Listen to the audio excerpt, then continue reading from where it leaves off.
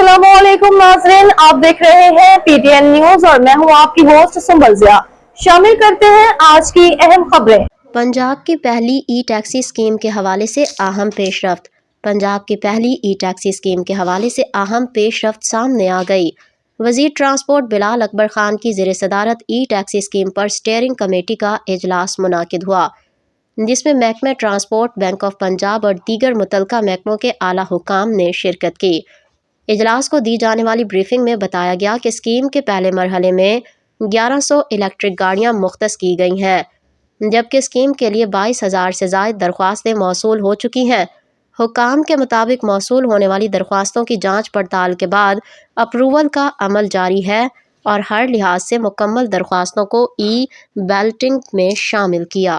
News studio से अब तक के लिए इतना ही। मजीद खबरों और अपडेट्स के लिए देखते रहें पीटीएन न्यूज। अल्लाह निगहबान।